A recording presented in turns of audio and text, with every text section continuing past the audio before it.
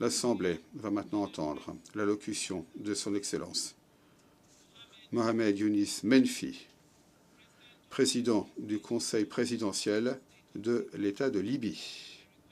Je prie le protocole de bien vouloir escorter Son Excellence. Je l'invite à prendre la parole devant l'Assemblée.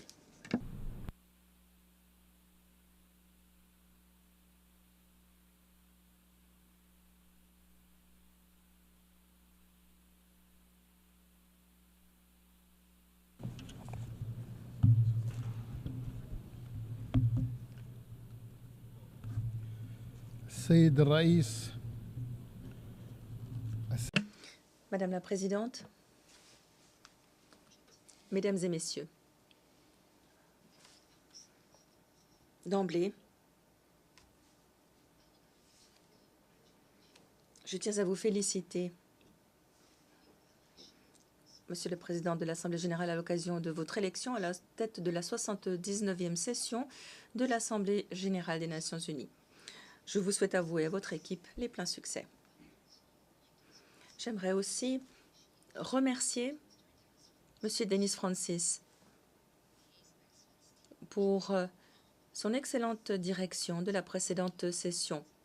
Excellence, le secrétaire général Antonio Guterres mérite d'être salué pour les efforts qu'il déploie constamment pour promouvoir la paix et la sécurité internationale, ainsi que pour ses bons offices afin de réaliser les nobles objectifs des Nations unies et pour son rôle dans la promotion des droits humains.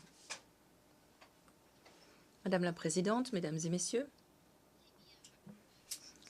la Libye souffre depuis plus d'une décennie de différentes périodes caractérisées par des conflits, des guerres injustifiées entre frères, des conflits alimentés par une ingérence étrangère destinée à affaiblir l'État, à creuser les divisions et à contrôler ses ressources naturelles, ainsi que ses décisions politiques et sociales. Cette situation exige aujourd'hui une position ferme. Nous devons reprendre le contrôle. Les défis sont immenses et complexes. Cependant, nous essayons encore de parvenir à des solutions de consensus pour fédérer toutes les parties, les amener autour d'une même table pour trouver des solutions. Cependant, ces divisions institutionnelles qui résultent de l'obstruction systématique de certains partis politiques et le conflit connexe entourant les privilèges et prérogatives ont entraîné une escalade de cette crise institutionnelle et politique. Cette situation est aussi compliquée. La situation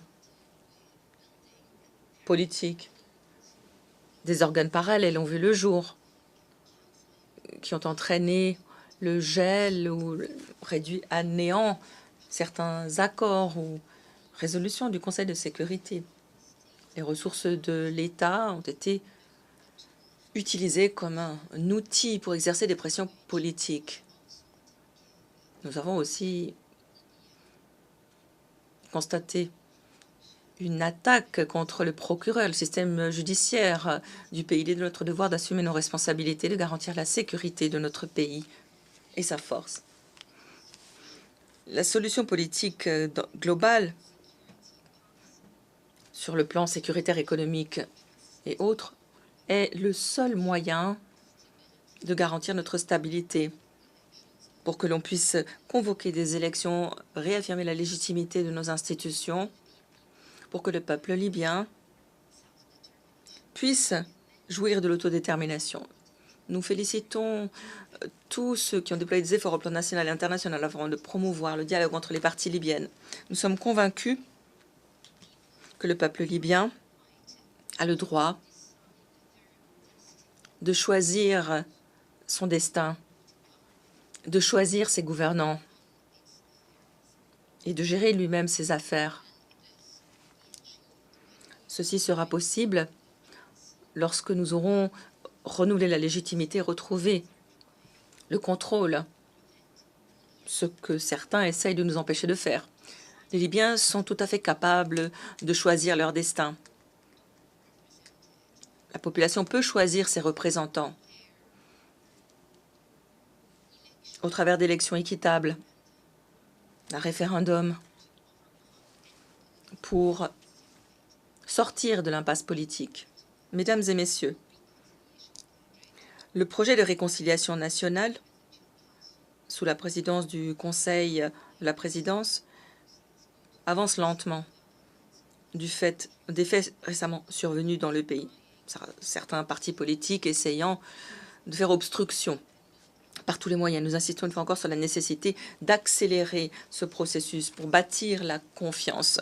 Nous saluons ici les efforts déployés par l'Union africaine et nous demandons un dialogue intra-libyen pour garantir un pacte national, une conférence de réconciliation.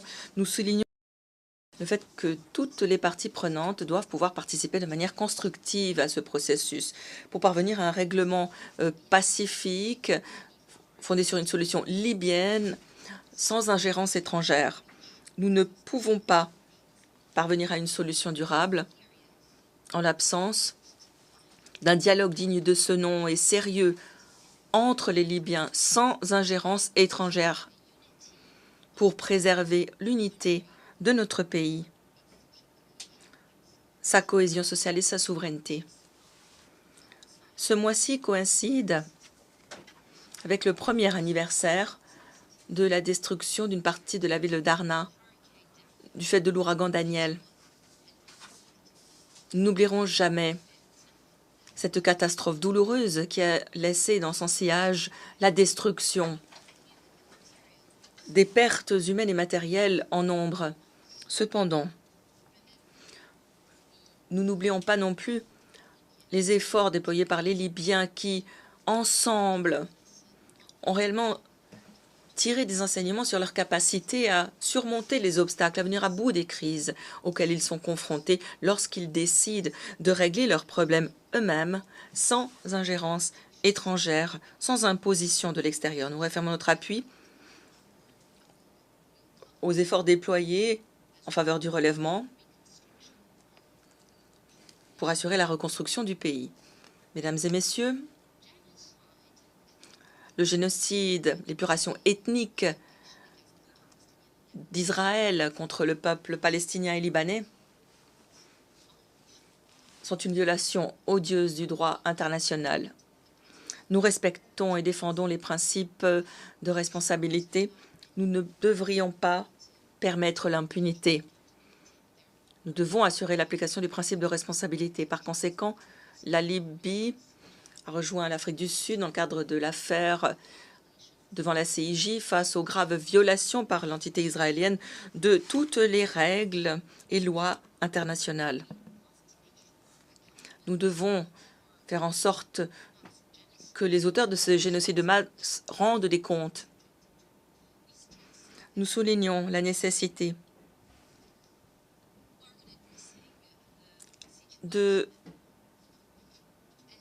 remédier à la situation et d'éliminer le spectre d'une guerre régionale dans la région en nous attaquant à la situation à Gaza pour mettre un terme aux violations odieuses des droits de la Palestine. Nous soulignons le droit du peuple palestinien à l'autodétermination, à la création d'un État indépendant, avec Jérusalem comme capitale.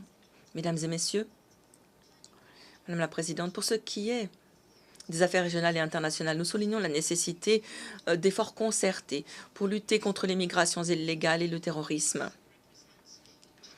Il s'agit là d'une tâche considérable, non seulement pour la Libye, mais pour nombre d'autres pays, en particulier d'Afrique, des pays de la région. Et nous sommes un pays de transit qui assume ici, dans ce domaine, un fardeau considérable. Nous pensons que la solution à cette question passe par des efforts concertés, tout en tenant compte des législations nationales, des considérations humanitaires et de la nécessité de préserver les droits des migrants. Pour ce qui est du terrorisme, la Libye a gravement souffert de ce fléau. Nous avons réussi à vaincre Daesh grâce au sacrifice de notre peuple, grâce aux efforts des instances militaires et avec l'appui de la communauté internationale. Nous continuons de promouvoir la sécurité nationale, de protéger nos frontières en coopérant avec la communauté internationale. Nous nous efforçons de créer des centres de sécurité chargés de coordonner les efforts à l'échelle des différentes instances de sécurité et les pays voisins. Lutter contre le terrorisme n'exige pas simplement une confrontation militaire.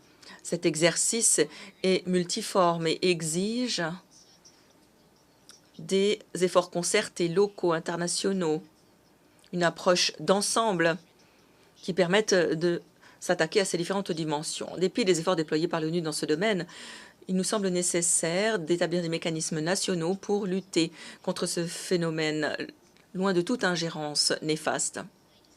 Mesdames et messieurs,